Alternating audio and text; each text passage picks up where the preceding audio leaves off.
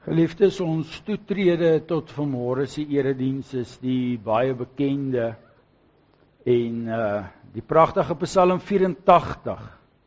Ons sing daar saam strofes 1 en strofes 2 en ons sing dit met daar uit die TT Kloete. Baie dankie dokter.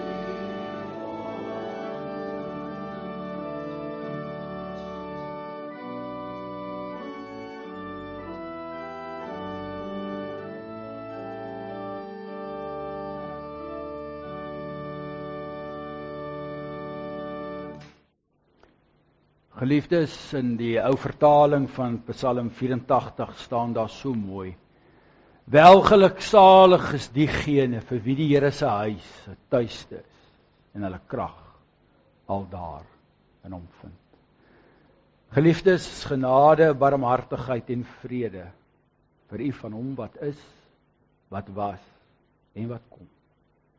En van Jesus Christus, die geloofwaardige getuie, die eerste wat uit die dood opgestaan het, die heerser oor die konings van die aarde. Amen. Gemeente, ons sing tot lof van die Here uit Gesang 453, vers 1, 2 en 3.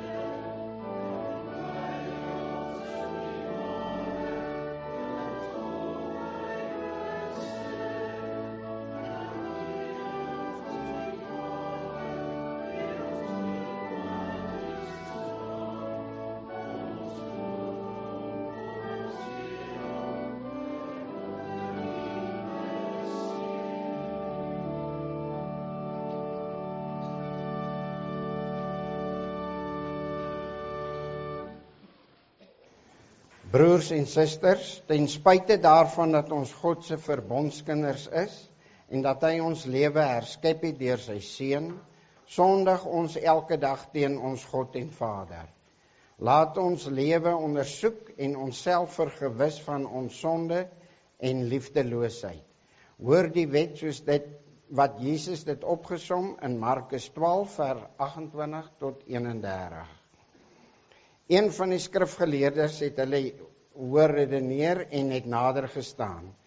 Toe hy sien dat Jesus hulle 'n goeie antwoord gegee het, vra hy vir hom: "Wat is die heel grootste gebod?" Jesus antwoord hom: "Die eerste is: Luister, Israel, die Here ons God is die enigste Here. Jy moet die Here jou God lief hê met jou hele hart en met jou hele siel en met jou hele verstand en met al jou krag. Die tweede is: jy moet jou naaste lief hê soos jouself. Geen ander gebod is groter as die twee nie." Geliefdes, ons skiet ver te kort aan Christus se verwagtings. Laat ons skuld bely. Kom ons sing uit Psalm 25 vers 2.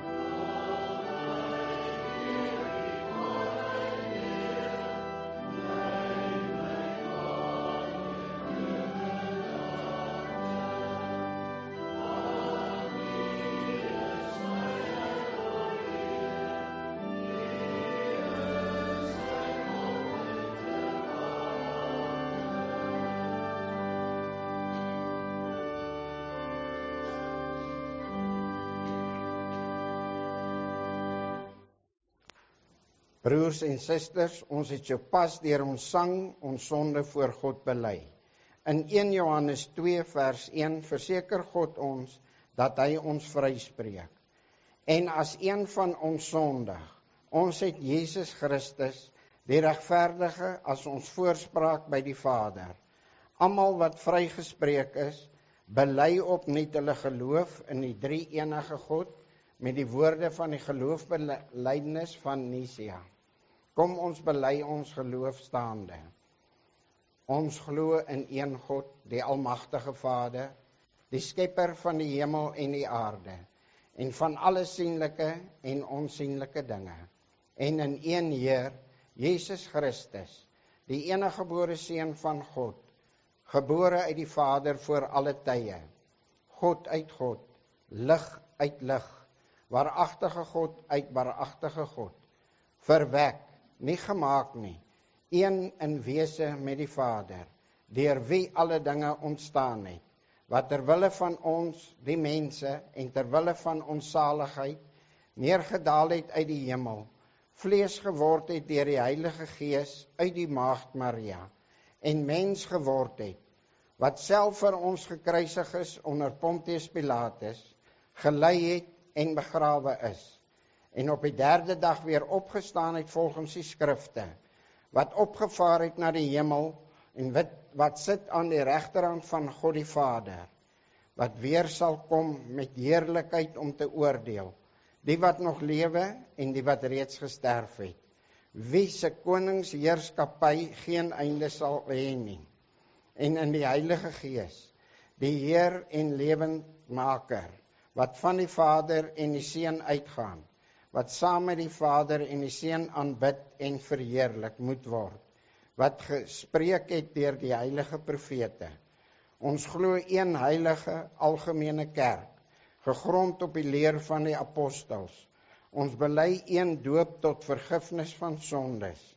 Ons verwag die opstanding van die ontslapenes en die lewe van die toekomstige eeu. Amen. Gemeente, ons het die voorreg gehad om ons geloof te bely met die eeuoue belydenis van die kerk. Kom ons sing ook nou tot ons Vader uit Psalm 23, vers 1, 2 en 3.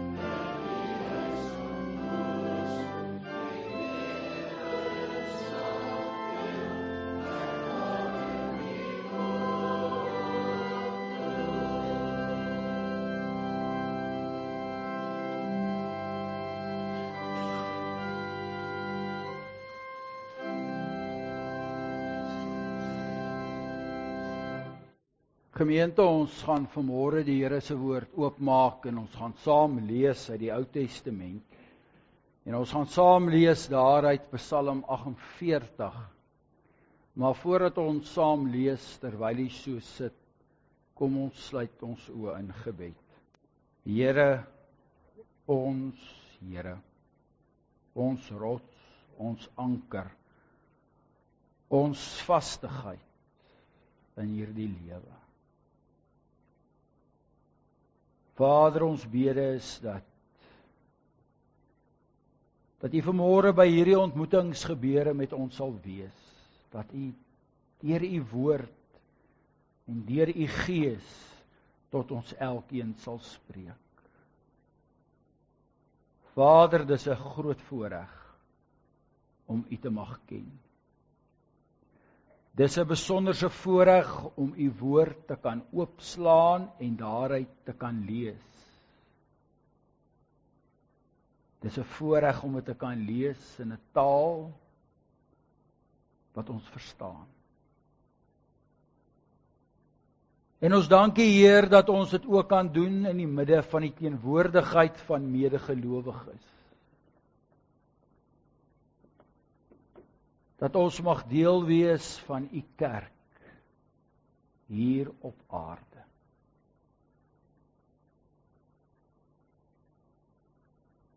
En ons dank U, Heer, dat U Seun Jesus Christus dit vir ons moontlik gemaak het. Dat ons kerk kan wees in Hom. Want hy is die hoeksteen, die fondasie van kerk wees, van gelowig wees. Ja, Heer, daar is soveel aanslae in hierdie ou wêreld wat ons van die kerk wil wegruk. Daar is soveel vals profete, soveel pogings van die duistere magte om ons te ontwortel, om ons te wil oortuig dat ons eintlik maar alleen is en niks is.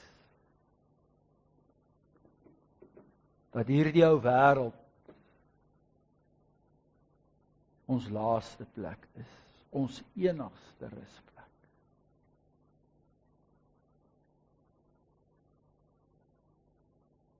Maar Vader, U het destyds vir Elia in 'n donker tyd gesê, staan op, gaan en gaan verkondig. Want daar is nog 7000 wat nie die knie gebuig het. En ons weet, Heer, ons het dit al soveel keer op mekaar gesê, ons weet, U tel nie, U weeg. En daarom, Heer, wil ek vanmôre weer bid vir U kerk. Bid vir diegene wat die knie nog nie gebuig het vir hierdie wêreld nie. Ag Here, ons is min. En ja, Here, soos Elia en 'n Baruch en 'n Moses en 'n Joshua, en noem nou maar die name op, en 'n Petrus en 'n Paulus, en 'n Johannes daar op Patmos, en 'n Jona op pad na Tarsus. Ag Heer, raak ons ook maar moedeloos soms. Voel ons ook maar soms alleen.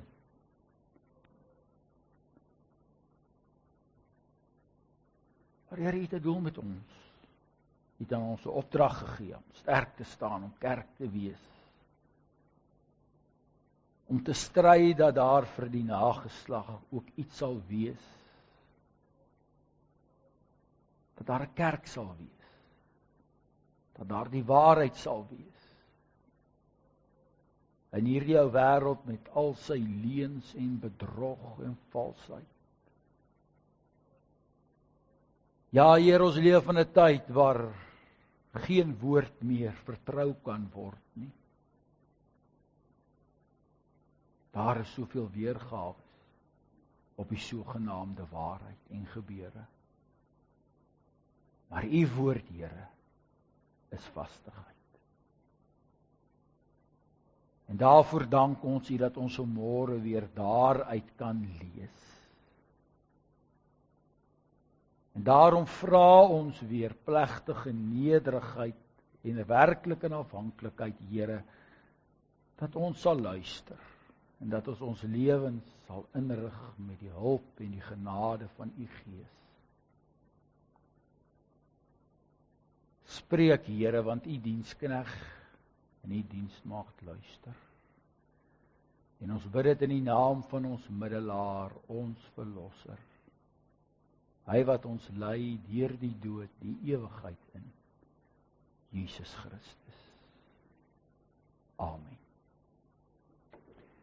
Geliefdes, ons lees saam daar uit Psalm 48.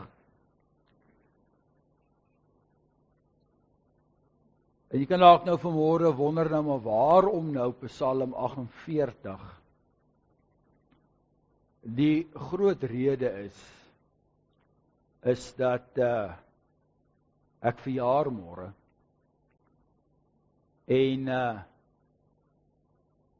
ek word 48. Kan dit nie glo nie, maar dit is waar. En daarom het ek dit goed gedink om na Psalm 48 te gaan kyk. 'n lied, 'n psalm van die Koragiete. Groot is die Here en besonder lofwaardig. In die stad van ons God, sy heilige berg, indrukwekkend hoog. 'n vreugde vir die hele land is die berg Sion, in die verre noorde van die stad van die groot koning. God is in die vestings van die stad. Hy is bekend as 'n toevlugsoord. Want kyk, die konings het byeengekom, hulle het saam opgetrek.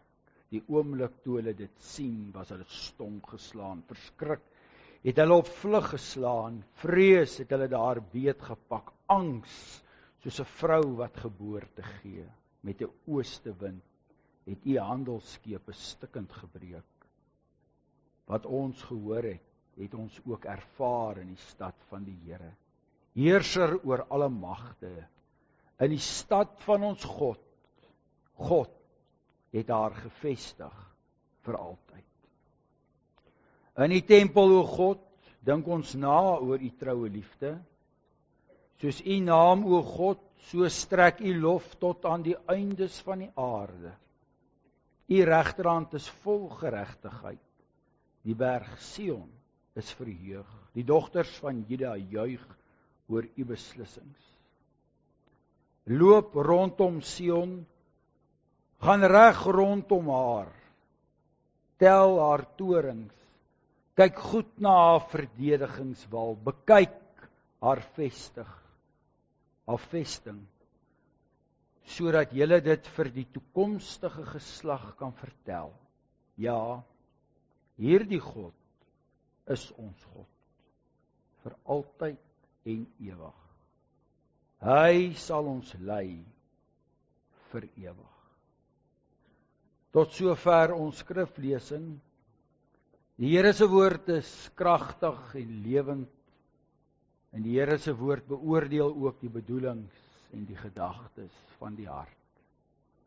Geliefdes, maar laat ons nou saam sing uit hierdie pragtige psalm, 'n baie besonderse psalm, die Tosje se beruiming agter in die liedboek.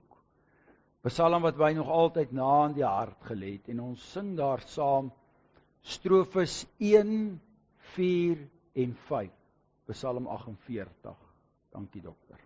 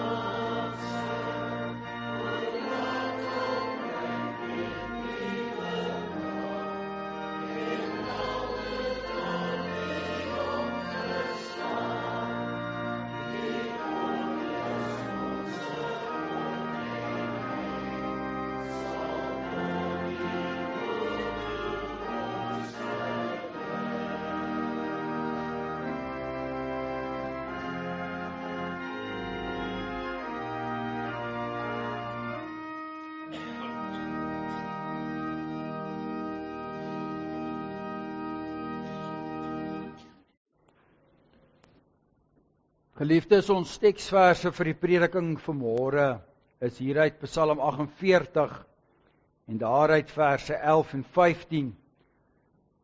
Soos U naam, o God, so strek U lof tot aan die eindes van die aarde. U regterhand is vol geregtigheid. Ja, hierdie God is ons God, vir altyd en ewig. Hy sal ons lei vir ewig. Geliefdes, met die besluit vroeër die week om Psalm 48 te gebruik vir die teksgedeelte vanmôre, het ek so met die eerste keer wat ek die Psalm weer in 'n lang tyd gelees het, besluit om dalk na 'n ander teks te gaan soek. En dalk maar eerder dalk volgende jaar 49 of Psalm 50 of so te gebruik vir die jaar wanneer ek verjaar. Aan die ander kant het ek ook gedink, ek moes dit eintlik al 'n paar jaar vroeër gedoen het, want daar's 'n paar maklike psalms. Want as 'n mens hierdie psalm so vir die eerste keer lees, en u hom vanmôre ook weer so aanhoor, dan kom die vraag by 'n mens op, nou wat kan mens nou met hierdie psalm maak? Dis 'n loflied, en dit gaan oor 'n stad, en dit gaan oor 'n koning, en oor Sion, en wat beteken dit tog alles? Maar hierdie psalm kan inderdaad op twee vlakke gelees word. Net soos daar ook op twee maniere na die lewe gekyk kan word, na die wêreld gekyk kan word. Hierdie psalm is 'n psalm van die Koragiete. Nou jy weet by geleentheid ook verduidelik wie hulle was. Interessant, dit was blykbaar ook 'n agterkleinkind van Levi, daar's ook die hele geskiedenis rondom dit daar in Numeri. Maar sy nageslag en Dawid het hulle aangestel om eintlik leiding te neem in die tempelsang. Hulle het op daardie stadium ook maar heel waarskynlik so 'n bietjie gesukkel met die sang daar by die tempel, en die Koragiete uit die stam Levi was verantwoordelik vir die sang daar in die tempel, en veral by feeste. En so is hierdie psalm ook blykbaar op 'n maandag gesing by die fees van weke, of soos ons dit sou leer ken as Pinksterfees, die oesfees. En ons weet ook dat hierdie psalms van die Koragiete is hier van Psalm 42 en 43 wat ons ook al by geleentheid hanteer het, wat saamgelees moet word oor die klagtes van die enkeling, en dan gaan dit verder daar ook in 44 oor ons, oor die volk se noodkreet, se uitroep, en dan hierdie soeke en hierdie lof na die koning, en na die stad, en Sion. En in Psalm 46 word daar baie gepraat oor hierdie stad, en oor hierdie berg, sonder om dit by name te noem, maar dit gaan oor God. En so moet ons ook hierdie psalm lees, dat hierdie psalm gaan oor God, maar op 'n besonderse wyse. Ja, verder daar in die psalms 80, daarvan 84 tot 88, is daar ook nog verdere psalms van die Koragiete met die uitsondering van een van Dawid, 85 of 86, as ek reg onthou. Maar behalwe dat hierdie psalm 'n psalm van die Koragiete is, word hierdie psalm ook beskou as 'n lied van die Sionstradisie. 'n Sionse lied. Daar het so 'n dubbele tradisie ontstaan. Daar was die Dawids tradisie en daar was hierdie Sionstradisie. Ons hoor vandag baie van die Sioniste. Maar jy moet dit nou nie in gedagte neem as ons vanmôre nou na hierdie psalm gaan kyk nie, want dit hou glad nie met mekaar verband nie. En ja, ek weet, daar is mense wat daarmee sal verskil. Hierdie psalm begin met hierdie lof tot God. Mense eintlik kon sê dat daar in verwondering gegaan word oor God. Oor die stad, en ons lees daar die heilige berg, indrukwekkend hoog, 'n vreugde vir die hele land, is die berg Sion in die verre noorde van die stad, van die groot koning. Nou ons weet, Sion was die berg waarop die tempel gebou is. En dit speel ook natuurlik vandag nog 'n baie belangrike rol, ook in die politiek van daardie streek. Dit word beskou as 'n heilige plek. En hierdie psalm besing die lof van God. Maar is meer as net 'n lofsang. Dit gaan oor die verwondering. Nou kom die vraag natuurlik by 'n mens op, en sekerlik, hoe beskryf mens die grootheid van God? Hoe kan die grootheid, die omvang van God ooit werklik ten volle begryp word, beskryf word?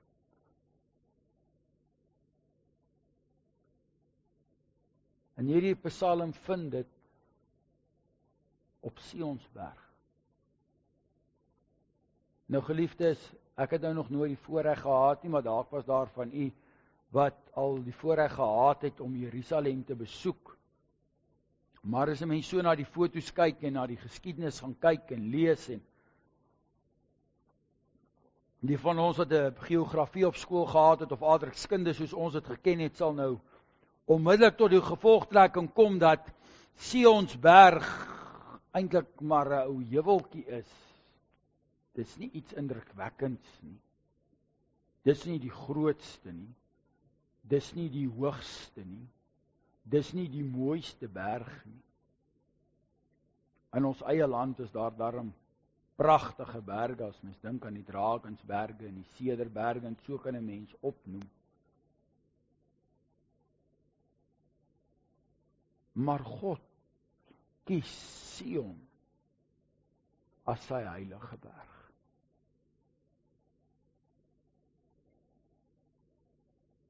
Hierdie lof tot God word gesien in God se keuse, in God se besluite wat hy neem.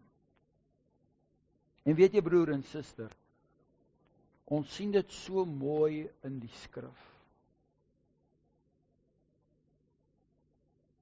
Want God se besluite maak vir ons as mens nie sin nie. Ons verstaan dit nie. Dit klop nie met die grootheid en die almag van God. Waarom Sion?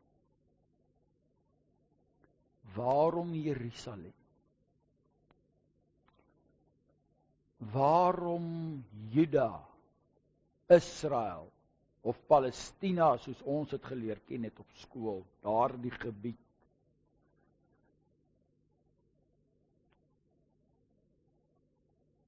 Maar dan gaan dit nog verder.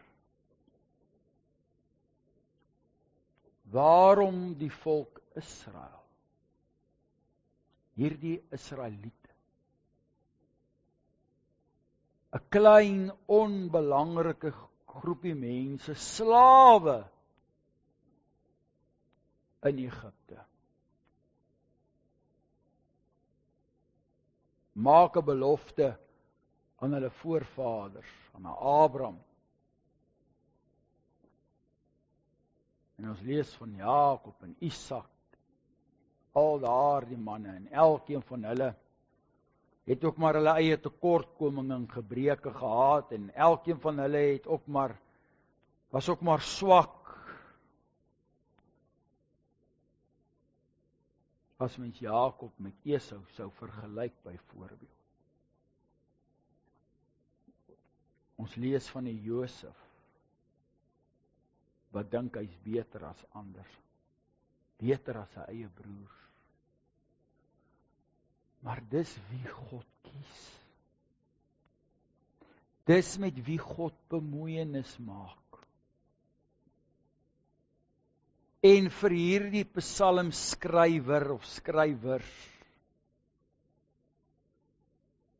word hierdie grootheid van God besing in die feit dat God Sionsberg sy heilige berg maak.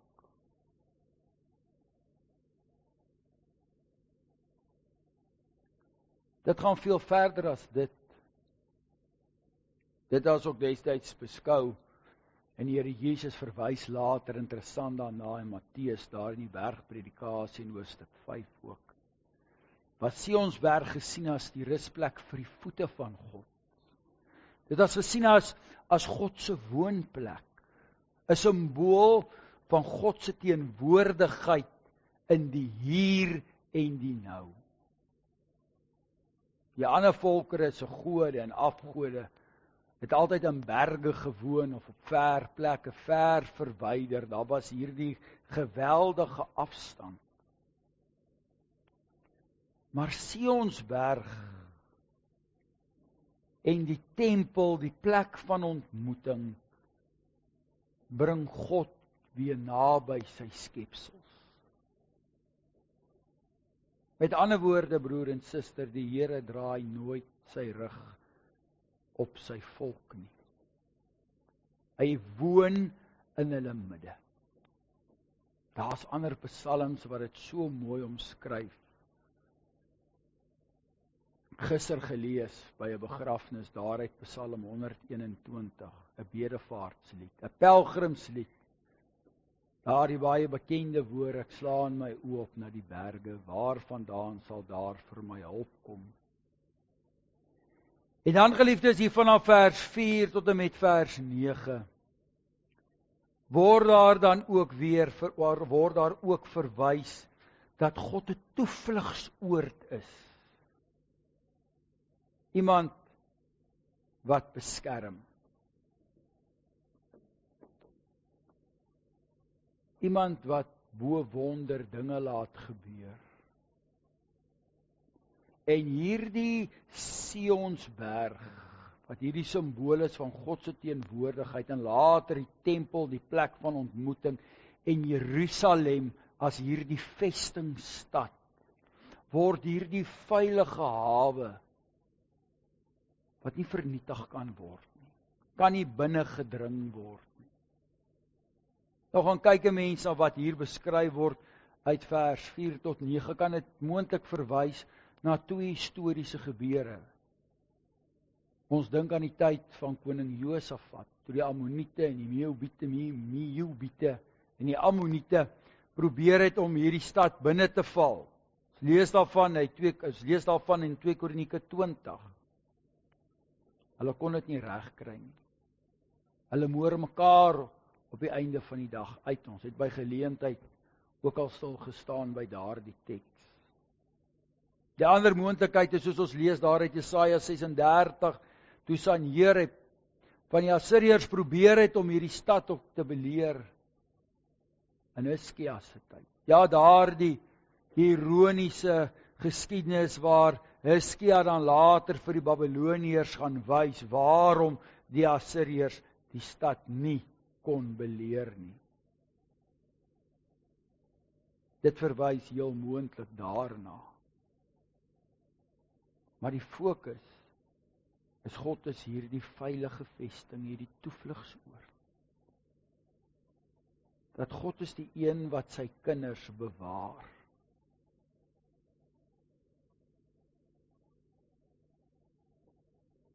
Daar gaan hierdie psalms verder. Daar van 10 tot 12. En dit gaan oor God se troue liefde. Dat ons God kan vertrou. En ons teksvers wat daar in die midde staan, soos u naam, o God, so strek u lof tot aan die eindes van die aarde, u regterhand is vol geregtigheid. By God is daar geen onreg. By God is daar altyd regspraak. En vir die mens was dit nog altyd belangrik, want dit was nog altyd daar die soeke, want die sonde bring die onreg. ongeregtigheid. Ons leef in 'n wêreld met soveel onreg, soveel leuns, soveel bedrog. Maar agter hierdie woorde sien ons ook die mens en die volk wat die bewus is ook van hulle eie onvermoë om skoon en rein voor God te kan verkeer.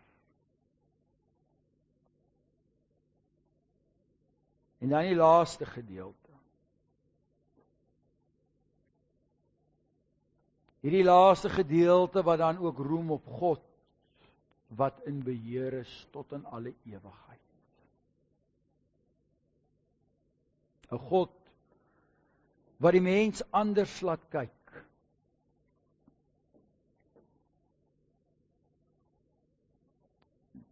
Hierdie psalmskrywer sê, beweeg uit die stad uit. Kry 'n bietjie afstand. Staan so in die verte en kyk na Jerusalem. En wat sien julle? Julle sien hierdie torings en hierdie sterk vestingsmure. Julle sien die tempel en Sionsberg daar in die noorde. En julle weet, ons is veilig. Niks en niemand kan ons oorweldig nie.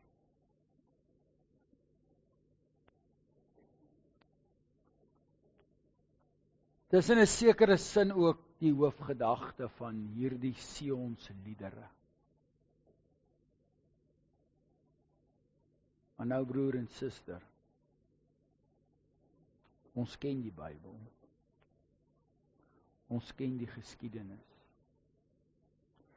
En daarom sou dit so maklik vir ons kon wees om tot die gevolgtrekking te kom dat hierdie psalm vir ons eintlik niks sê nie. En dat hierdie psalm eintlik 'n ongelooflike teleurstelling is.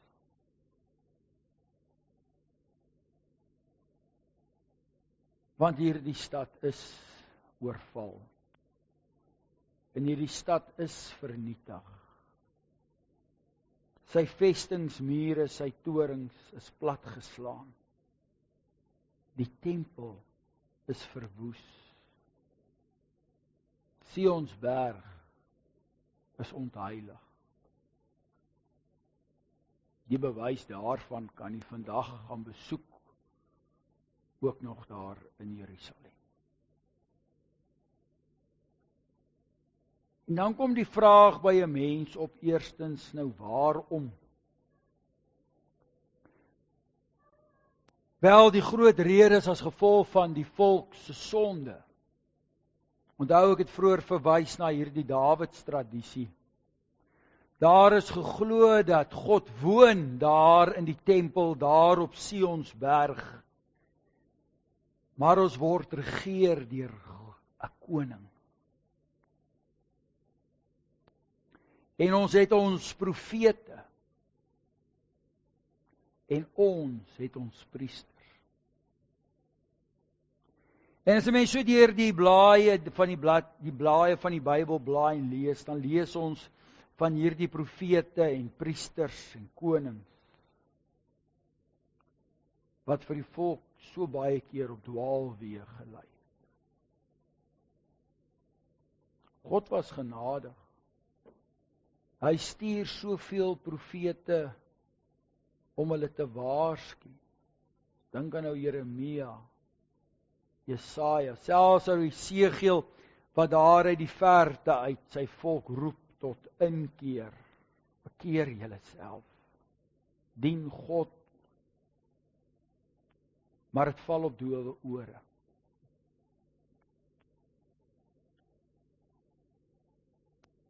Maar geliefdes, dis die Nuwe Testament wat hierdie psalm op 'n besonderse wyse vir ons ontsluit.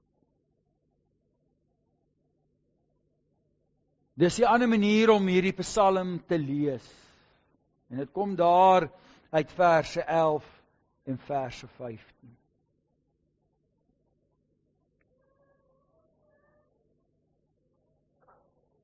U regterhand is vol geregtigheid.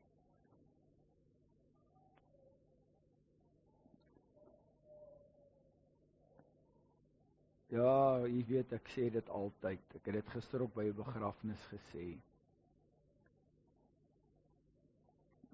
Wat sal die kudde wees sonder die geblær van lammetjies?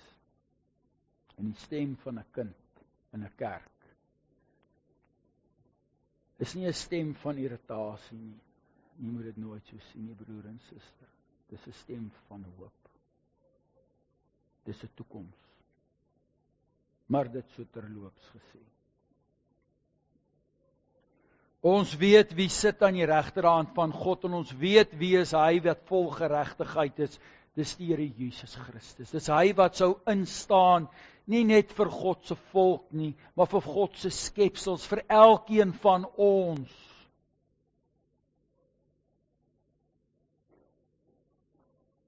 Jesus Christus neem die plek in van die tempel en van Sionsberg. Hy word mens, hy kom woon tussen ons en hy stuur sy gees. Hy word inderdaad Immanuel, God met ons. Daardie laaste woorde van vers 15, hy sal ons lei vir ewig. Die van u wat die nuwe vertaling 2020 vertaling het, staan daar in Hebreëus kan dit ook vertaal word. In die ou vertaling het dit vertaal en hy lei ons tot die dood. Maar gaan kyk 'n mens na die Hebreëus, is daar ook ander vertalingsmoontlikhede wat ook vertaal sou kon word, hy lei ons deur die dood. Maar u moet onthou, op daardie stadium was die lewe maar die hier en die nou. Maar dis die Here Jesus Christus wat ons deur die dood lei. 'n beter vertaling. Verby die dood lei die ewigheid in.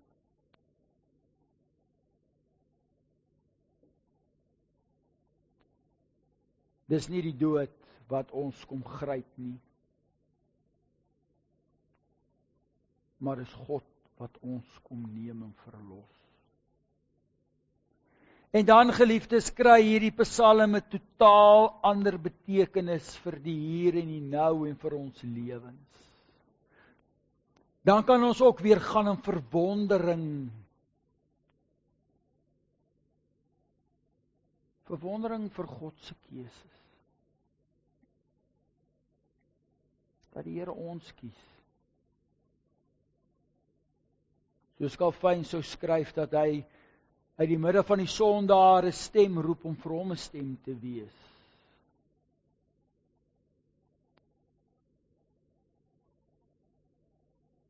Die Here sien iets in elkeen van ons raak, broer en suster. Hy's op weg met ons. En dit laat ons met verwondering. Dit laat ons met dankbaarheid. Maar hy is ook nog steeds vir ons 'n vesting. 'n toevlugsoord soos ons gelees het. Want hy beskerm ons teen die mag van die dood. Daar was die bekende uitdrukking in die Latyn wat hulle gesê het, wat ou Julius Caesar altyd uitgeroep het, as hy so gegaan het op sy triomftogte, Veni, Vidi, Vici. Ek kom, ek kyk, ek vat. In Christus kry die toevlugsoord van God vir ons soveel meer betekenis en diepte. Ons soek so baie keer die beskerming net in hierdie ou wêreld, maar broer en suster, elkeen van ons wat vanmôre hier sit, kan daarvan getuig, van hoeveel momente daar al in ons lewens was, waar dit vir ons gevoel het, ons vestingstad word oorweldig. En God het ons gedra. En die besonder daar waar ons geliefdes verloor, kan ons ook bely en weet en sê, maar het ons net vooruit gegaan, want die dood is oorwin. Ja, die dood kom en hy kyk, maar hy vat nie.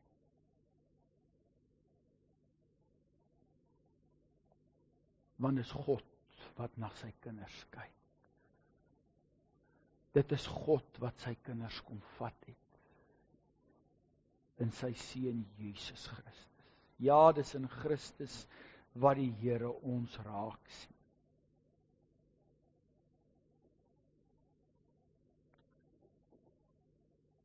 Hierdie Psalm kry vir ons besonderse betekenis, want ons weet in my lewe, ten spyte en te midde van al my tekortkominge, van my menswees, van my sondaar wees, is daar 'n middelaar, 'n verlosser wat vir my ingestaan het, vol geregtigheid. Hy het vir my aan die kruis gesterf.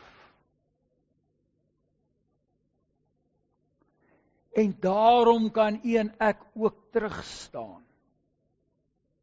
en kyk na ons lewens.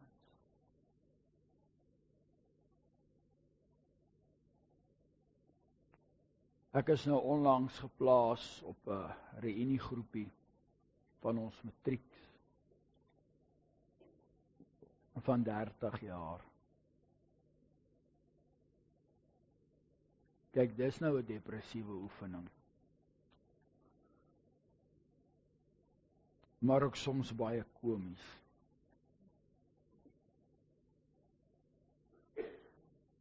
En mens kan so oor jou lewe kyk en wonder waarheen loop alles.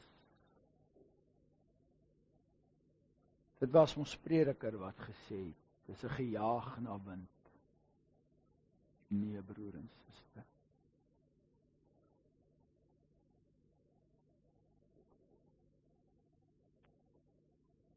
Elke keer wat 'n mens as geliefdes by mekaar kom, dit hoef nie 'n Vadersdag of 'n Moedersdag of 'n Kersfees te wees nie.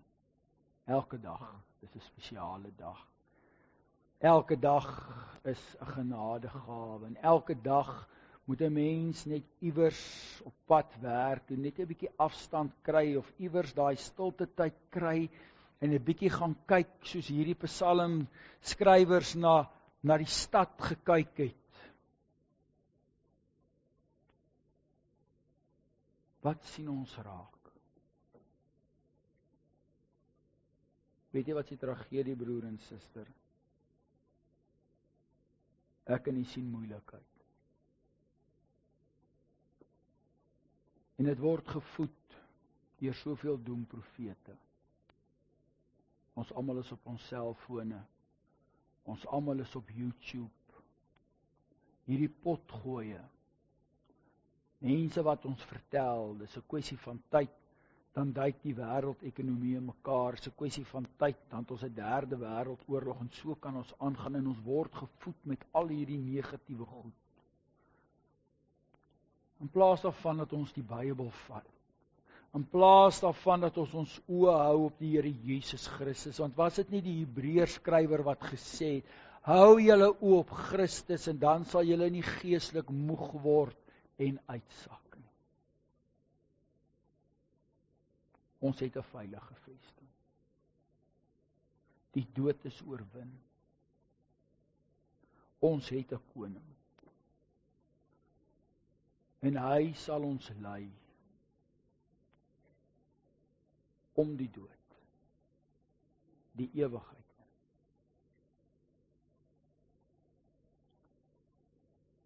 En daarom, broer en suster, kan ons elkeen dankie sê vir die genade wat ons ontvang. Dankbaar wees vir elke dag wat in ons lewens toegevoeg word. En soos dit ook op 'n dag soos hierdie, waar Vadersdag gevier word, ook elke pa en elke grootvader se verantwoordelikheid om ook so toe te sien, dat hulle geliefdes die lewe ook so sal beskou. Dat hulle geliefdes in verwondering sal wees oor die genade van God. Sal besef dat God hulle gekies het en dat God vir hulle lief is. Dat hulle sal weet God is vir hulle 'n toevlugsoord. dat God genadig is en vir hulle sondes gesterf het. En dat God met hulle op pad is. Hier in vers 14 staan daar, sodat julle dit vir die toekomstige geslag kan vertel.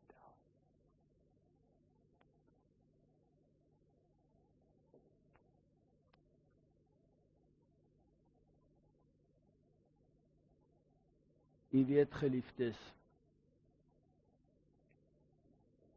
die gemeente waarin ek groot geword het vir 'n groot gedeelte van my lewenstyd was daar 'n predikant gewees. En hy was destyds by die kommissie verklaar. Want daar is gesê, hy kyk nie die mense in die oë as hy preek nie, hy het altyd so oor die mense gekyk.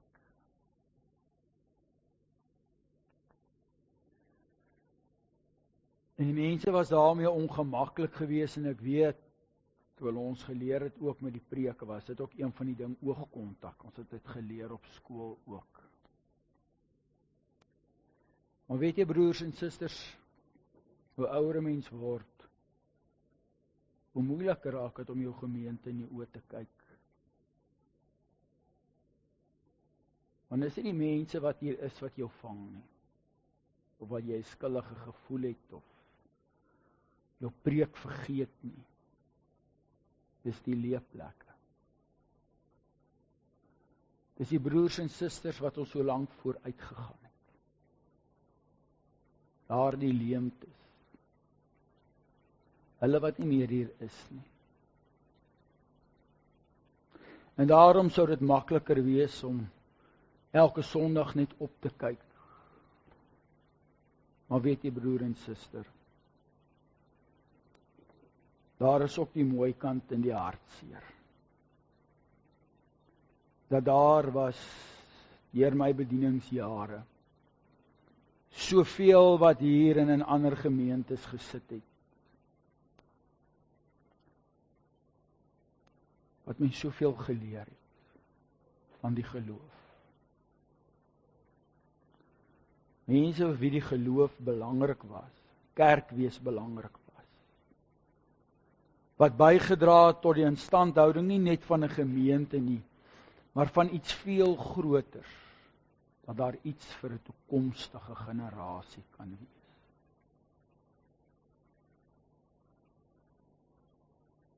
En dan kan 'n mens, soos Elia, weer opstaan en aangaan.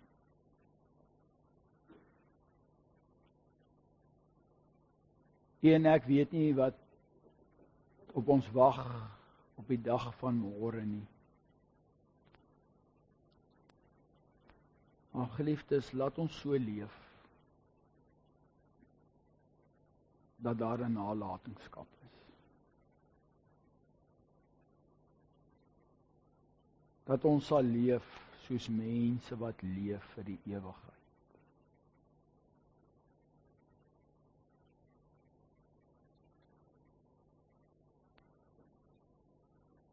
Nou is daar 'n gemis van 'n klomp. Ek sien hulle so waar hulle deur die jare gesit het. Maar ons sien uit na daardie dag, dat ons mekaar weer sal ontmoet in die heerlikheid van ons hemelse Vader.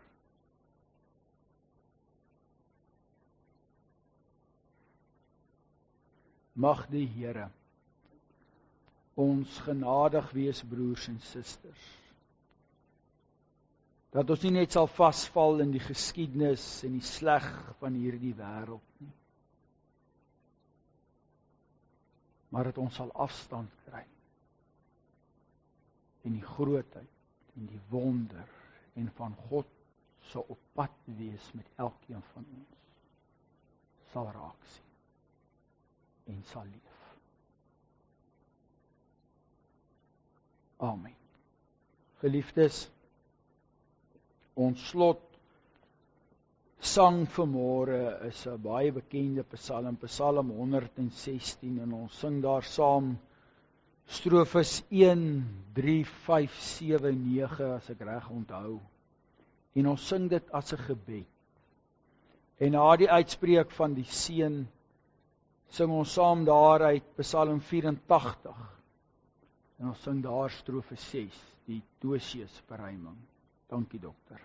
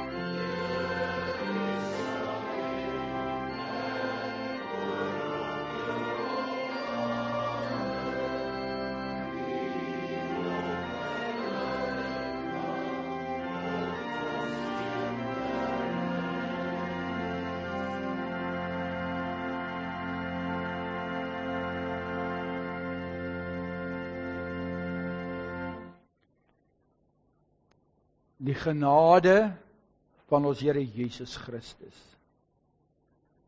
die liefde van God en die gemeenskap van die Heilige Gees sal met julle elkeen wees. Amen.